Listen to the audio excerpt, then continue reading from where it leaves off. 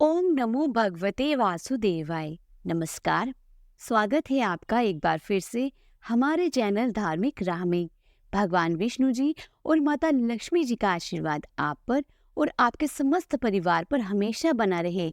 और अगर आपके जीवन में कोई दुख और कष्ट है, वह भगवान की कृपा से दूर हो और आपकी हर मनोकामना पूर्ण हो। तो दोस्तों, आज की इस वीडियो में मैं आपसे शेयर करने वाली हूँ माघ मास महात्म्य के आगे के अध्याय को। तो वीडियो को शुरू करने से पहले मैं आपको एक बात बताना चाहूंगी कि अगर आपने माघ मास महात्म्य के पहले अध्याय नहीं सुने हैं तो वह आप हमारे चैनल में जाकर सुन लीजिएगा। और अगर वीडियो अच्छी लगे तो वीडियो को लाइक करें। अब बात करते हैं माघ मास महात्म्य की आगे की कथा की। सूर्य कहते हैं कि तब से लेकर वह स्थान तीनों लोकों में उत्तम तीर्थ के रूप में विख्यात हो गया, जो धर्म, अर्थ, काम और मोक्ष चारों पदार्थों को देने वाला है। जो मनुष्य श्रद्धा युक्त मन से वहां रहकर मृत्यु को प्राप्त होता है, वह अगर पापचारी भी हो तो भी मोक्ष को प्राप्त होता है।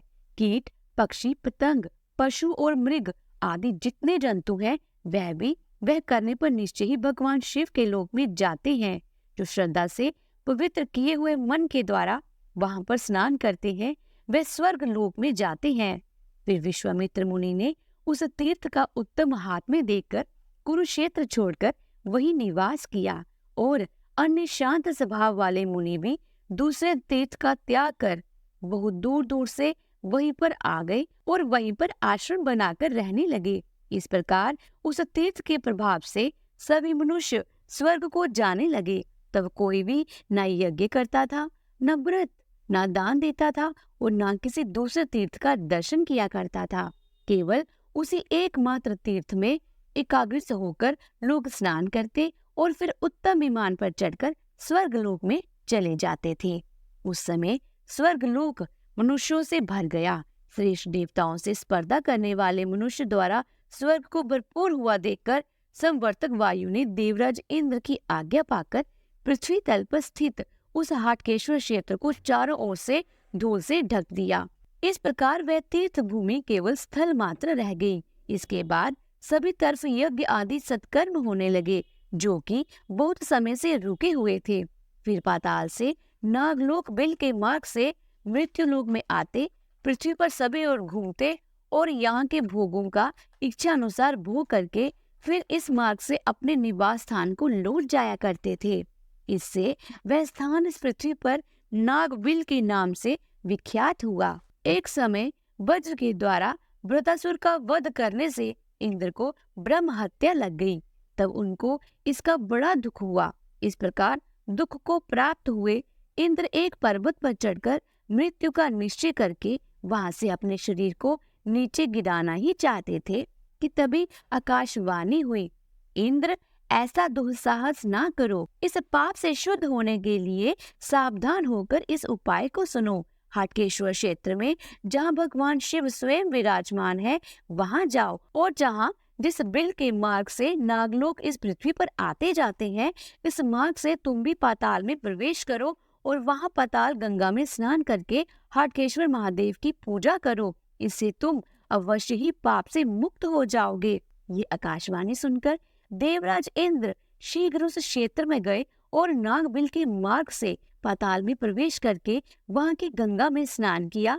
स्नान करने के बाद हटकेश्वर लिंग का पूजन किया। इससे क्षण मात्र में ही उनका शरीर निर्मल हो गया, पाप रहित हो गया और तेजमय हो गया। इस समय ब्रह्मा, विष्णु आदि सभी देवता वहां आए और अति प्रसन्न होकर पाप मुक्त इंद्र से इस प्रकार कहने लगे, देवराज, तुम ब्रह्म हत्या से मुक्त होकर परम पवित्र हो गए हो, इसलिए आओ हम साथ ही स्वर्ग लोक को चले। फिर सभी देवता स्वर्ग लोक की ओर चले गए। इंद्र को फिर से देवताओं का राज्य प्राप्त हुआ और स्वर्ग से वृत्रासुर के मारे जाने से बड़ा भारी उत्सव मनाया गया।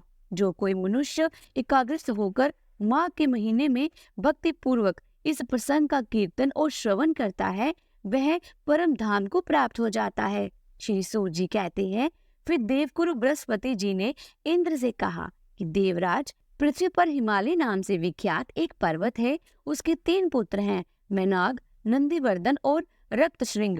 उनमें से तीसरे पुत्र रक्तश्रृंग को लेकर आओ और उसी के द्वारा नागलोक के इस बिल को भर दो। बृहस्पति जी का ये वचन सुनकर इंद्र हिमालय पर्वत पर गए। वहां उन्होंने हिमाचल से उनके पुत्र को मांगा। हिमाचल ने उनके आगे शिरोधार की और पुत्र को उनके साथ जाने की आज्ञा दे दी।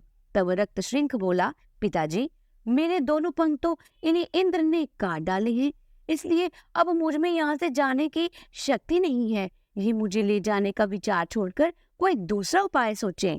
इंद्र बोले, रक्तशृंग, मैं तुम्हें अपने हाथों पर उठाकर ले चलूंगा। वहां भी तुम्हारे ऊपर हरे भरे शोभा संपन्न वृक्ष ही उत्पन्न होंगे। तुम्हारे सब ओर पुण्य तीर्थ और देव मंदिर बनेंगे, मुनियों के आश्रम बनेंगे। उस भूमि में पापी पुरुष भी तुम्हारा दर्शन पाकर तृप्त हो जाएगा। इसलिए तुम मेरे साथ शीघ्र चलो। यदि आनाकानी करोगे तो इस वज्र से तुम्हारे सैकड़ों टुकड़े कर दूंगा। देवराज की बात सुनकर वह डर गया और सहसा वहां जाकर उस नागबिल में घुस गया। इस प्रकार हेमबान कुमार रक्तशृंग को उस बिल पर बिठाकर इंद्र ने कहा, तुम मुझसे कोई वर मांगो। रक्तशृंग नामक पर्वत बोला, हे देवेश, मेरे लिए यही वरदान है कि मुझ पर आप संतुष्ट हैं। मैं आपकी कृपा से सुखी हूँ। इंद्र बोले, स्वप्न में भी मेरा दर्शन व्यर्थ नहीं जाता, और फिर साक्षात दर्शन होने पर भला कैसे निरर्थक होगा। तब रक्तशृंग ने कहा, देवराज, अगर आप मुझ पर प्रसन्न हैं, मुझे वर देना ही चाहते हैं, तो यही वर दीजिए कि मेरा संपूर्ण ऐश्वर्य सदा ब्राह्मणों के ही काम में आए। इंद्र बोले, चमत्कार नाम से विख्यात एक राजा होंगे जो तुम्हारे शिखर पर ब्राह्मणों के रहने के लिए एक नगर स्थापित करेंगे। उस नगर में वेद वेदांगों के प्रागामी विद्वान ब्राह्मण प्रसन्नता पूर्वक रहकर तुम्हारे संपूर्ण ऐश्वर्य का उपभोग करेंगे, और चैत्र कृष्ण चतुर्दशी को मैं स्वयं तुम्हारे शिखर पर आकर हटकेश्वर नाम से प्रसिद्ध भगवान शिव की पूजा करूंगा। इससे त्रिलोक में तुम्हारे प्रभाव का विस्तार होगा। अच्छा, अब मैं स्वर्ग को चलता हूँ, तुम्हारा कल्याण हो। ऐसा कहकर देवराज इंद्र स्वर्ग में चले गए और रक्तशृंग उस नागबिल को ढककर स्थित हो गया। उसके शिखर पर मुख्य मुख्य तीर्थ और मंदिर स्थापित हो गए, और मुनियों के भी बहुत से आश्रम वहां पर बन गए। इसी समय अनार्थ देश के राजा चमत्कार वह वन में दुष्ट मृगों का शिकार खेलने के लिए आए। उन्होंने देखा, कुछ दूर पर एक वृक्ष के नीचे एक हिरनी स्थिर होकर खड़ी है और निर्भय होकर अपने बच्चे को दूध पिला रही है। उसे देखकर राजा ने कान तक धनुष को खींचा और उसके मर्म स्थान पर बाण का प्रहार कर दिया। उस बाण से घायल होकर वह हिरनी व्यथा से पीड़ित होकर चारों ओर देखने लगी। इतने में ही थोड़े दूर पर धनुष धारण किए राजा को देखकर वह कहने लगी, राजन, ये तुमने बड़ा अनुचित कार्य किया, जो कि छोटे बच्चों की माता मुझे दीन हिरनी का वध किया। मैं अपनी मृत्यु के लिए इतना शोक नहीं करती, जैसा कि इस दूध पीते दीन मृग के लिए मुझे दुख हो रहा है। तुमने तो बड़ा ही निंदनीय कर्म किया है, इसलिए तुम इसी समय कोढ़ी हो जाओ। ये सुनकर राजा बोले, शिकार खेलने तो राजाओं का धर्म है, इसलिए अपने धर्म में लीन हुए मुझे निर्दोष को तुझे श्राप नहीं देना चाहिए। हिरनी बोली, हे राजन, तुम्हारा कहना ठीक है, परंतु शिकार में भी क्षत्रियों के लिए ये नियम है कि जो सोया हुआ हो, मैथुन में आसक्त हो, बच्चे को दूध पिला रहा हो या स्वयं जल पी रहा हो, ऐसे हिंसक पशु का भी वध ना करे। उसका वध करने पर मनुष्य पाप से लिप्त हो जाता है, इसलिए मैंने तुझे श्राप दिया है। ऐसा कहकर व्यथा से पीड़ित हुई हिरनी ने अपने प्राणों को त्याग दिया, और राजा चमत्कार भी कोढ़ी हो गए। अपने शरीर को कोढ़ युक्त देखकर दुखी होकर राजा ने अपने सेवकों को बुलाकर कहा कि अब मैं तब तक तपस्या और भगवान शिव की पूजा करूंगा जब तक कि मेरे इस कुष्ठ रोग का सर्वथा नाश न हो जाए। ऐसा कहकर उन्होंने अपने सभी सेवकों को वहां से विदा कर दिया। श्री सूत जी कहते हैं कि फिर राजा चमत्कार तपस्या में लीन होकर भिक्षा का अन्न नियमित आहार करते हुए प्रभास आदि संपूर्ण क्षेत्र में घूमने लगे, परंतु उन्हें कहीं भी कोई भी ऐसा मंत्र, औषधि या तीर्थ प्राप्त ही नहीं हुआ जिससे उनका रोग भली भांति दूर हो जाए। इससे राजा का मन बड़ा वैरागी हुआ और वह अपने मन और बुद्धि को वश में करके उस पुण्य क्षेत्र में अकेले ही रहने लगे। वह अपने आप गिरे हुए सूखे पत्ते चबाते और रात में धरती पर ही सोते थे। मन और अहंकार उन्हें छू भी नहीं पाते थे।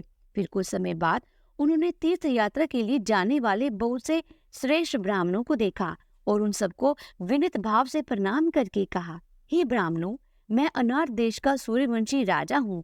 मेरा नाम चमत्कार है और इस समय मेरे सारे शरीर में कोढ़ फैल गया है। क्या यह कोई ऐसा देव या मानवीय उपाय है जिससे मेरा कुष्ठ रोग शांत हो जाए? अगर है तो आप लोग कृपा करके बताइए।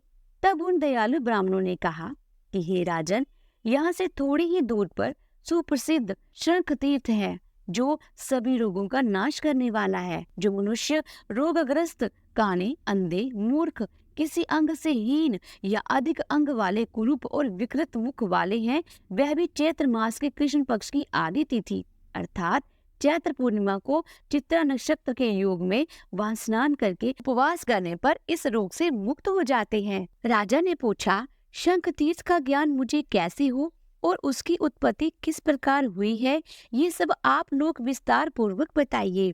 ब्राह्मण कहने लगे, राजन, पूर्व काल में इसी पृथ्वी पर लिखित नाम से प्रसिद्ध एक श्रेष्ठ मुनि रहते थे। वह शिंडल मुनि के पुत्र थे। उनके छोटे भाई का नाम शंख था। शंख भी अपने बड़े भाई की तरह धर्मशास्त्र के ज्ञाता थे और कंदमूल फल का आहार करते हुए सदैव तपस्या में लीन रहा करते थे। एक दिन शंख भूख से अत्यंत पीड़ित होकर लिखित के आश्रम पर गए। महात्मा लिखित का आश्रम उस समय सोना था, तो वे ये फल अपने ही है ऐसा मानकर शंख ने वहां से बहुत सारे फल तोड़ लिए और उन्हें खा लिया।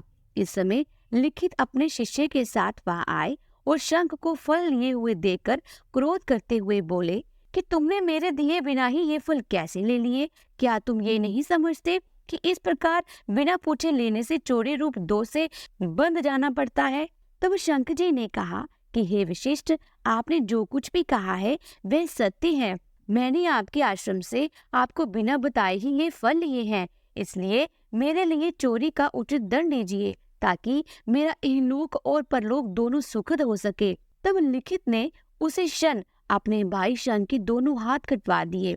हाथ कट जाने पर शंख अपने आश्रम में लौट आए। वहां उन्होंने पुनः बड़ी घोर तपस्या की। इससे संतुष्ट होकर महादेव जी ने उन्हें प्रत्यक्ष दर्शन दिया और कहा, हे ब्राह्मण, तुम कोई मनवांछित वर मांगो। शंख बोले, देव, मेरे दोनों हाथ पुनः पहले की तरह हो जाएं और ये तीर्थ भी मेरे नाम से प्रसिद्ध हो जाए। जो कोई अंगहीन, अधिकांग अथवा रोगग्रस्त यहाँ स्नान करे वह शीघ्र ही फिर से नवीन हो जाए, नूतन निर्दोष शरीर फिर से प्राप्त कर ले। भगवान शिव कहने लगे कि ये तुम्हारे ही नाम से विख्यात होगा।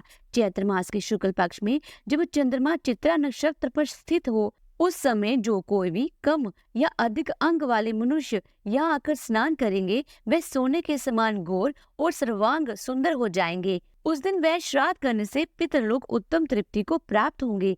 विप्रवर, आज चैत्र मास का शुक्ल पक्ष है। आज तीसरे पहर चंद्रमा का चित्रा नक्षत्र से योग हो जाएगा।